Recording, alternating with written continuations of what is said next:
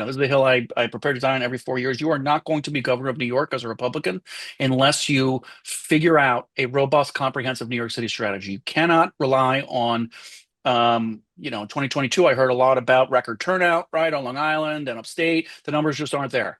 A little bit more on Long Island than on upstate, but the numbers, the margin is not there of voters to potentially target.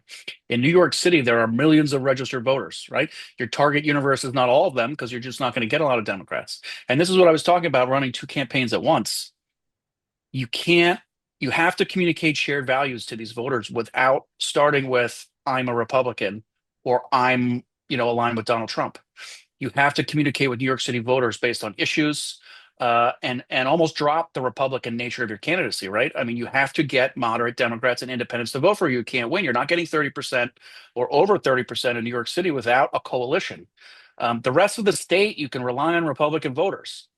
So one of the things I worry about, she can't run this race like she is running for reelection to her House seat, Sure. right? Um, Have you and seen and I anything in the first couple days that suggests that's something Congresswoman Stefanik is comfortable doing? Because I can't really imagine her running a campaign that is relatively silent on President Donald Trump, relatively silent on the R word Republican, and is trying to ingratiate herself with voters who don't necessarily embrace her. I don't see her being that olive branch person the way Mike Lawler might be. Well, to be fair, we are still, we started talking about the primary process in the beginning. She is not the nominee yet, Sure. right?